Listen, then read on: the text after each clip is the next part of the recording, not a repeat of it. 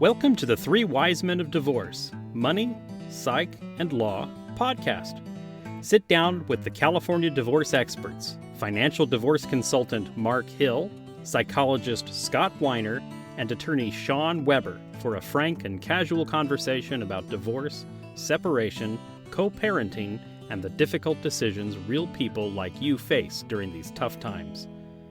We know that if you are looking at divorce or separation, it can be scary and overwhelming. With combined experience of over 70 years in divorce and conflict management, we are here for you and look forward to helping by sharing our unique ideas, thoughts, and perspectives on divorce, separation, and co-parenting.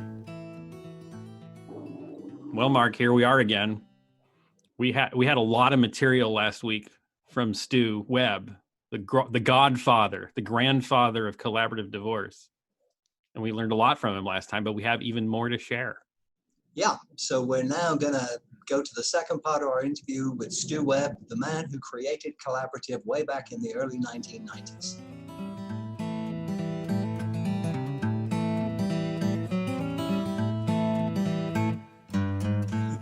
So that, you were talking about Buddhism in this work and the philosophy, and how has that impacted the way that you approach the practice of law? I think it just comes with the territory. I meditated for 25 years, and what the trouble with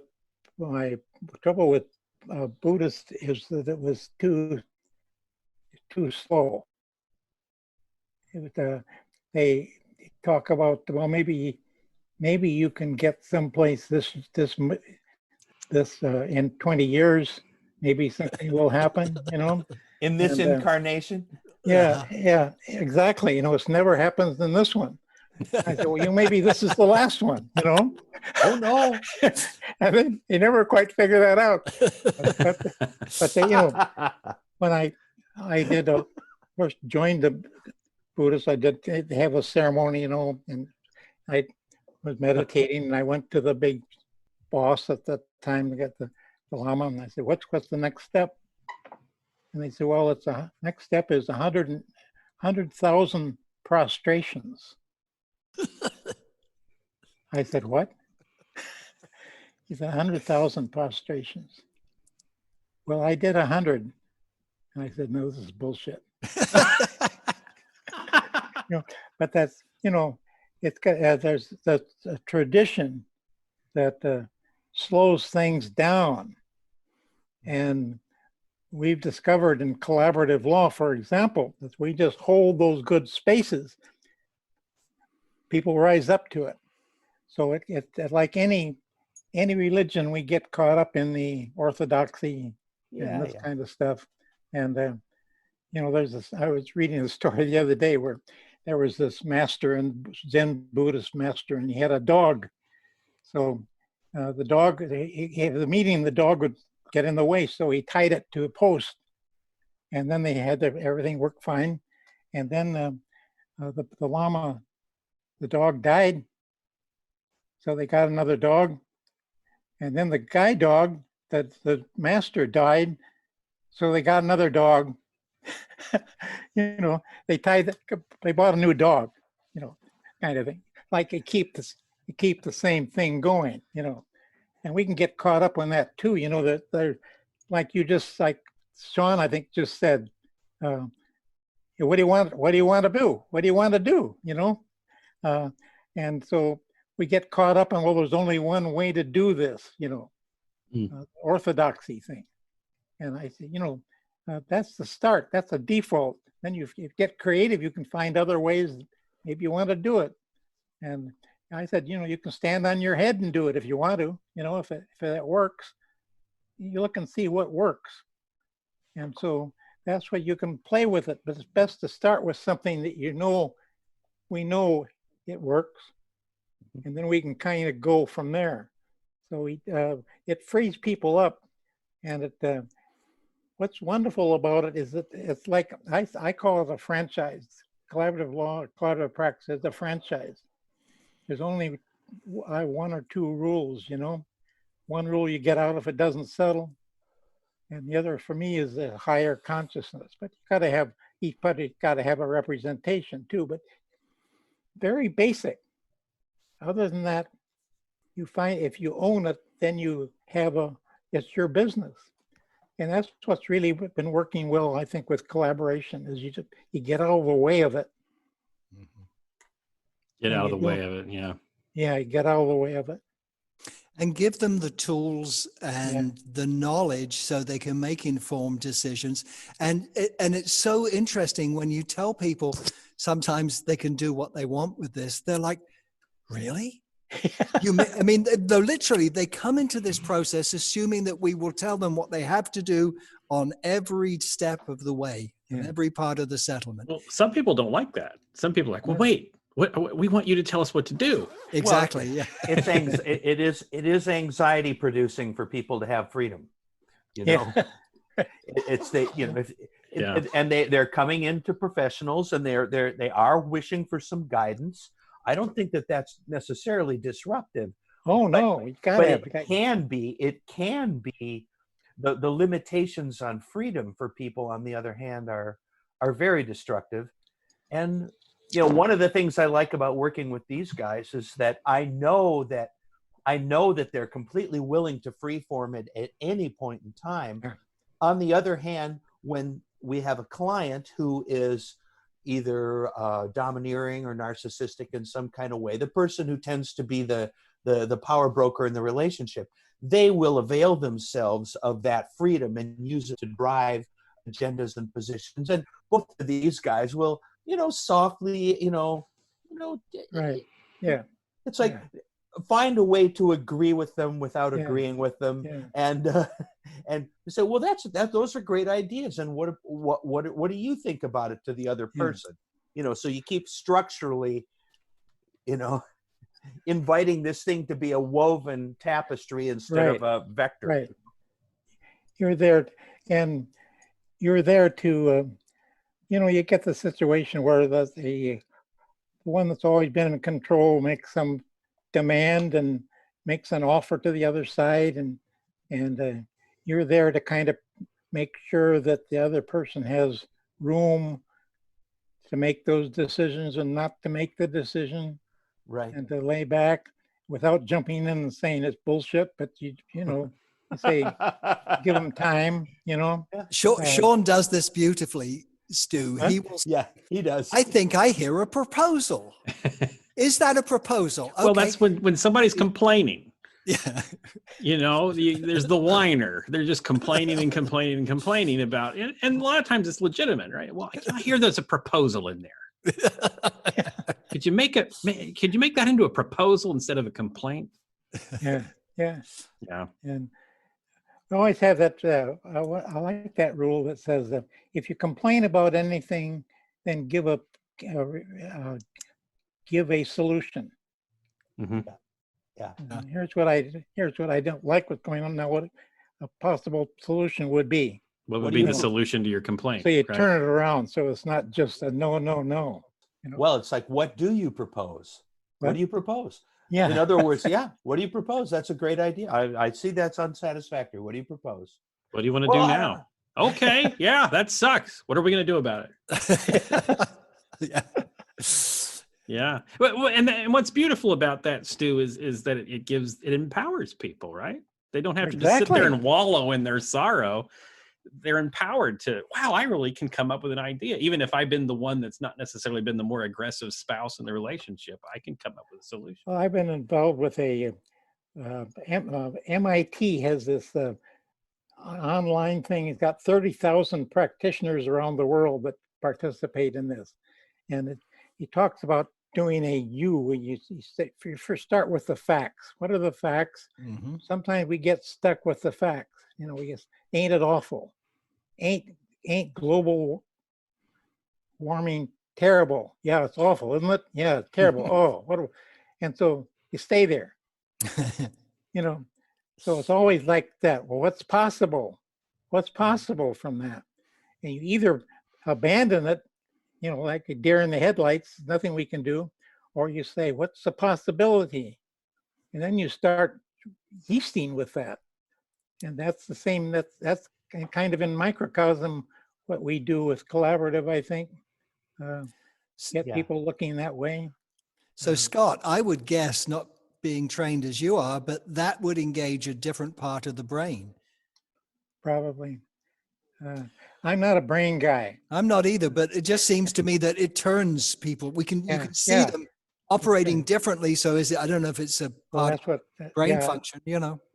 Well, there's that shift that's going on. Yeah. Yeah. Well, Going Scott, on a lot of levels. you move into upper cortex and you move away from the cortisol reaction of the anger and the thalamic and all of those intense things to kind of, you move into a more speculative experience. Right. And but to be fair to how hard this is for people, when they have a history of combat and of vitriol in their relationship, it does take a team around them. That's which right. is the beauty of the collaborative. It's almost like, well, your marriage has now been, you've now subjected and submitted your marriage to this process where you're going to transform your family. Yes, you're going to end the legal marriage. That's going to happen, but we actually are going to help you track this thing into a reasonable future. And it's almost like, politely changing the subject for them from the war to the peace, But here's an example. I think we put it on we can all look at this. If we all have children, if you're a parent and the kids are acting up, if you jump in, the kids love it.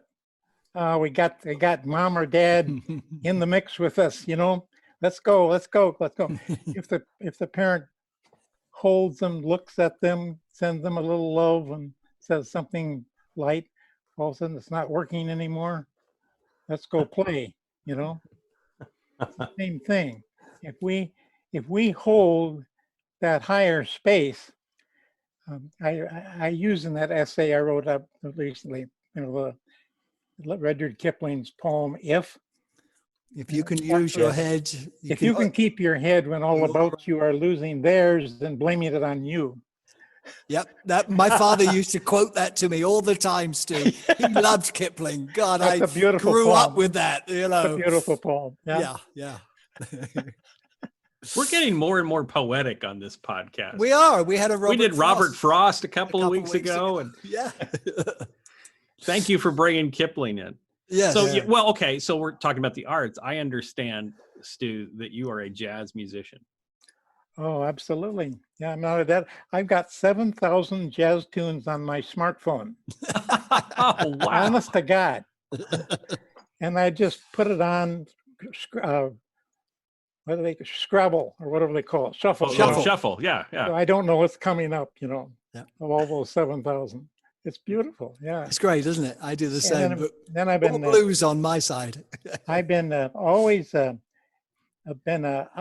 never been able to do improv jazz. So I got a good jazz teacher.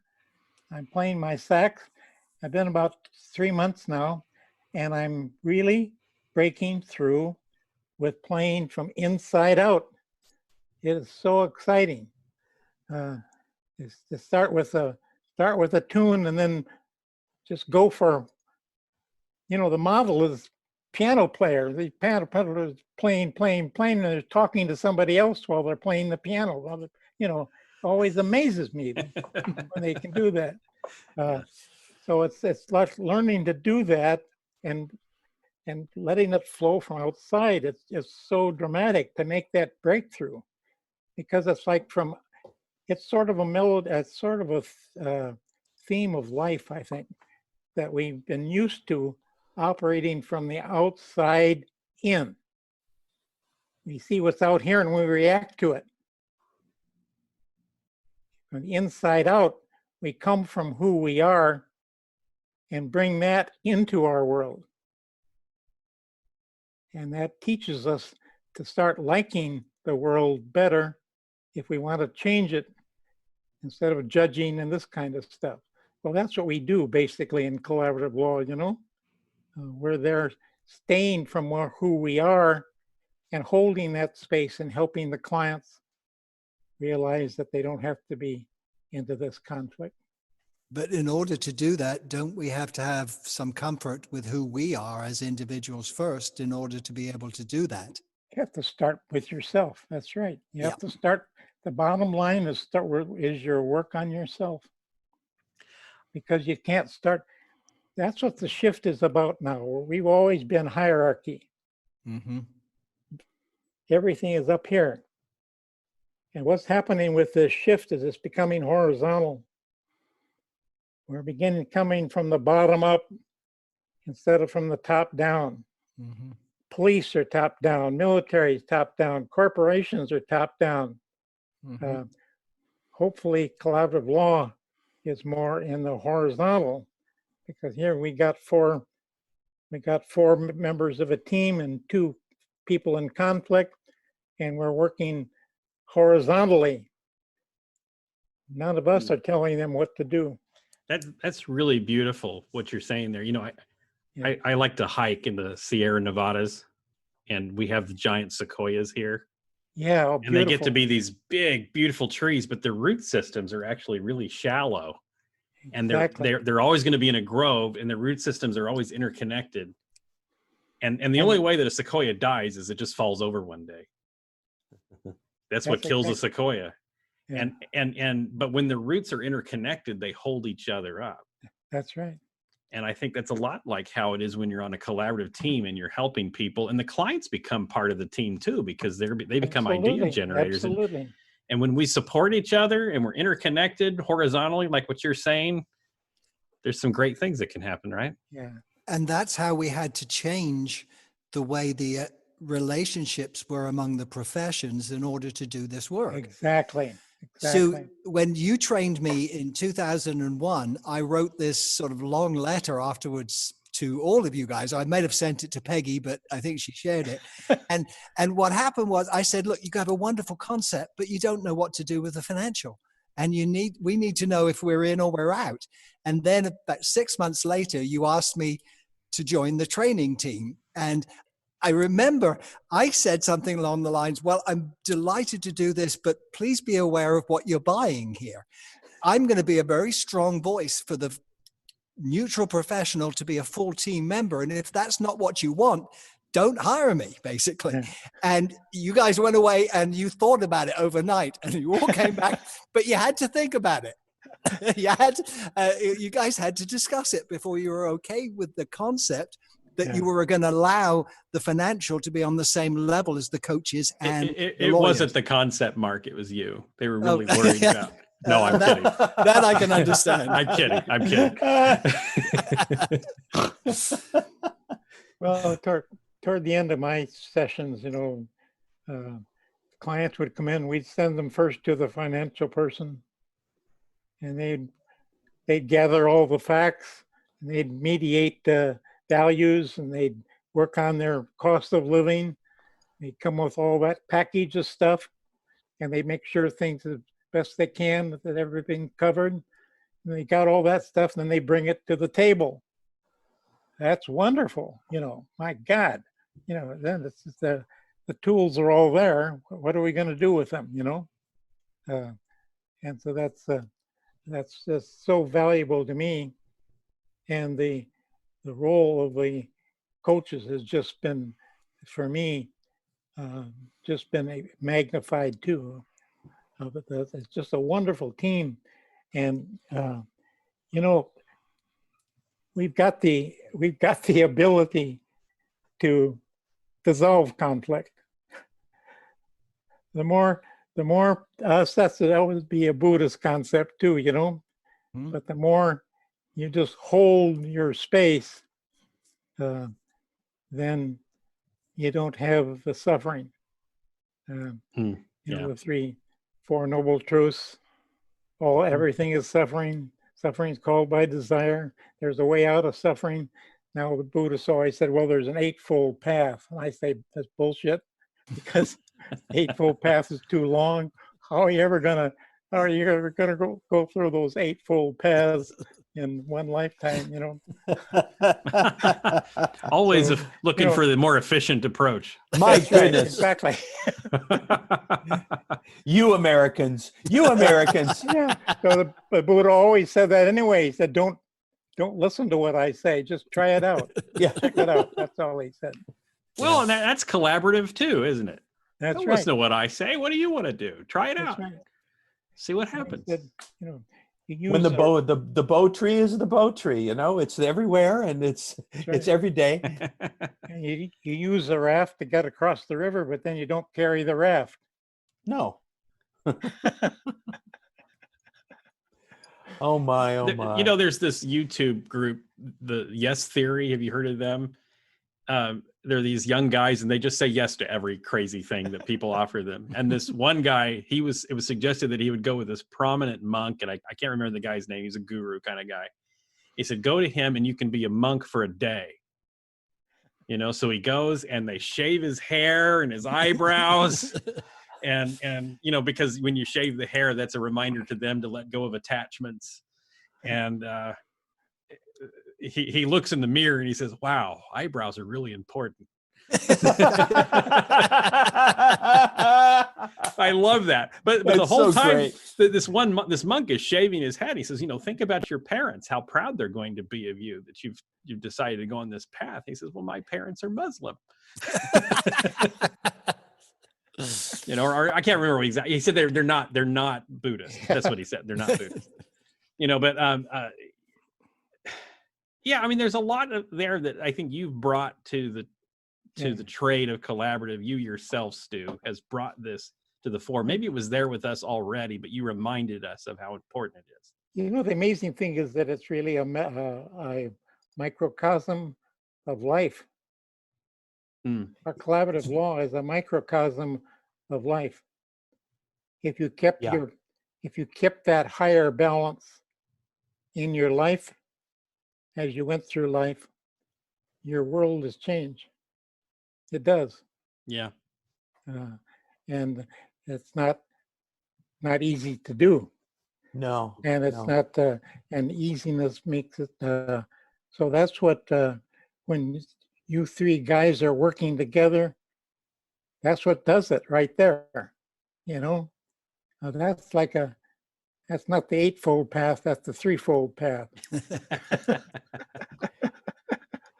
Well, when you started this thing, or when you and a few others began this thing, though, you really interfered with a fixed set of processes that had been in place for, well, since the Magna Carta, maybe. I don't know. That's right. You know. But it's like it was a very selfish move. Mm-hmm. I had to take care of myself. Mm-hmm. I could no longer do the practice. I could no longer do the bullshit.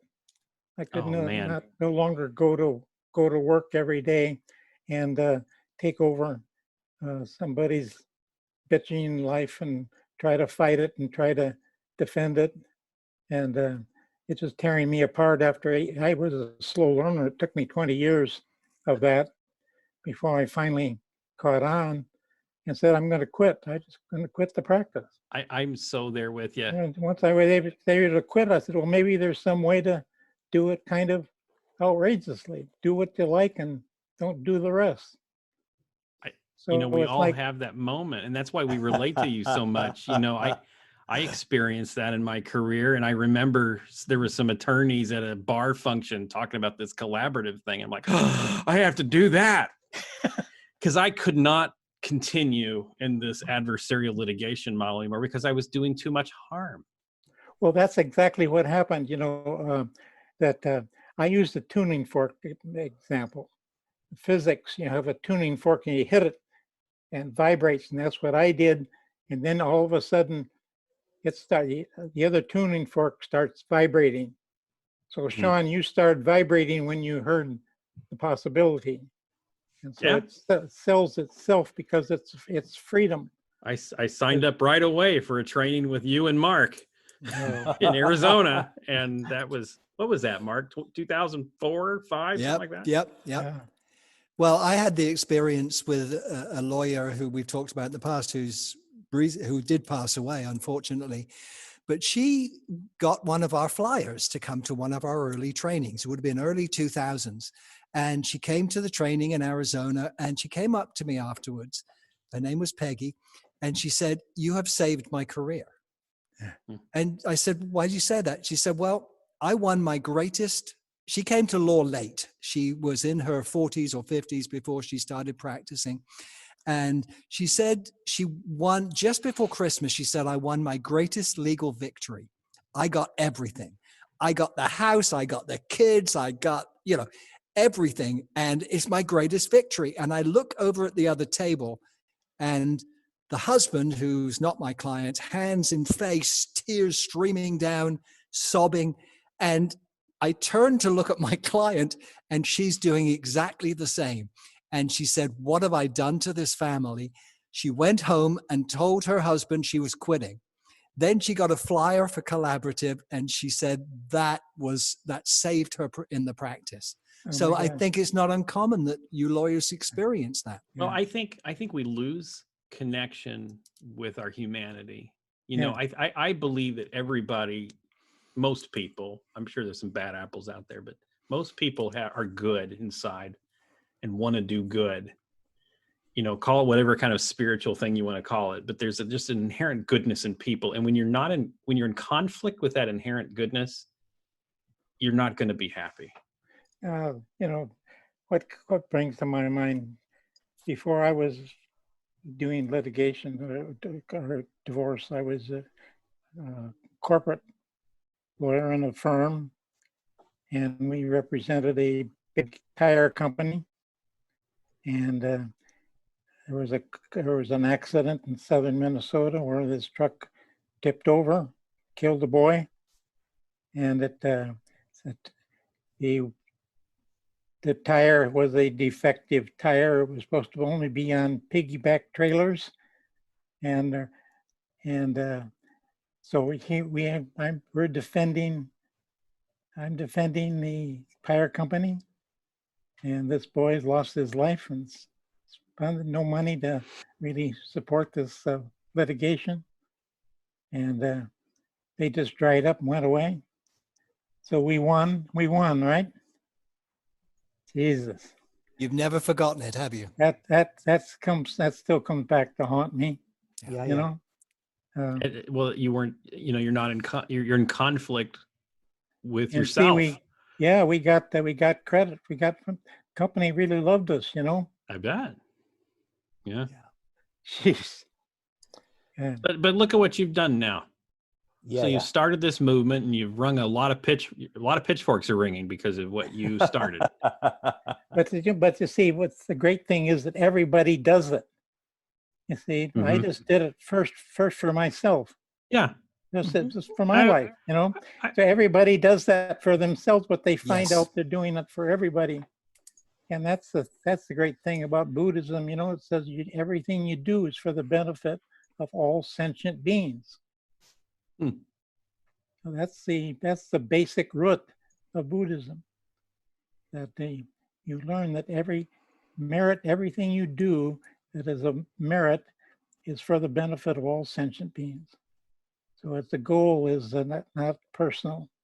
But that's the same thing with collaborative. You start with number one, and that's where we've all lost the idea. We always think it's somebody up here that's going to do it for us. The hierarchy, the horizontal. The vertical. But it all starts with each of us. And that's the shift that has to take place. And people, like you said, Shawn, we're attracted to it because it comes to our basic who we are. Who we are. And when you see who you are, when you feel who you are, you can't do this other stuff anymore. Gentlemen, I have a 6 o'clock client that I have to call. And I'd love to keep talking too, but you know what? No, this has been great. Stu, I'm really taken with meeting you. This is just, I don't know. It's going to be interesting how I will be in this next hour. You're going to be ringing. I'm a little bit high there, Stu. He has that effect on people. Yeah. Well, let's do this again, huh? I would love it. Stu, thank you so absolute much. pleasure. God bless you, sir. It's Yes, been a blast. bless you. Love all you guys. Yep. Go you with it. too. Thanks Thank for you. being with us and sharing your spirit with us. Yes, indeed. And keep blowing that sax. All right. Okay. Bye, All Stu. All right. Okay. Well, that was fun. It was Nothing fun, else. It was wasn't it? fun hanging out with somebody like Stu Webb. What a neat guy. Isn't he great? Oh, God. I He's miss just him. a one in a million. Yeah, he really is. Yeah. And it's so funny. He and I haven't talked for probably 10 years, you know? Well, And yet it's like, we're like that again, you know? I really feel like when he leaves this earth, there will be monks searching for his reincarnation. Really? Yeah. Yeah. He's a neat guy. Well, you want to get a hold of me to get a mediated divorce? WeberDisputeResolution.com. I'm Shawn Weber, WeberDisputeResolution.com. Mark? I'm Mark Hill, Pacific Divorce Management, financial divorce consultant. You got a question about the money in divorce? Feel free to contact me through my website. I'm Scott Weiner. I'm a clinical psychologist and attorney, mediator, and I operate out of my telephone, 619-417-5743 for consultation. Thanks for listening to another episode of the Three Wisemen of Divorce: Money, Psych, and Law. If you like what you heard, be sure to subscribe, leave us a review, and share with others who may be in a similar place. Until next time, stay safe, healthy, and focused on a positive, bright future. This podcast is for informational purposes only. Every family law case is unique, so no legal, financial, or mental health advice is intended during this podcast. If you need help with your specific situation, feel free to schedule a time to speak with one of us for a personal consultation.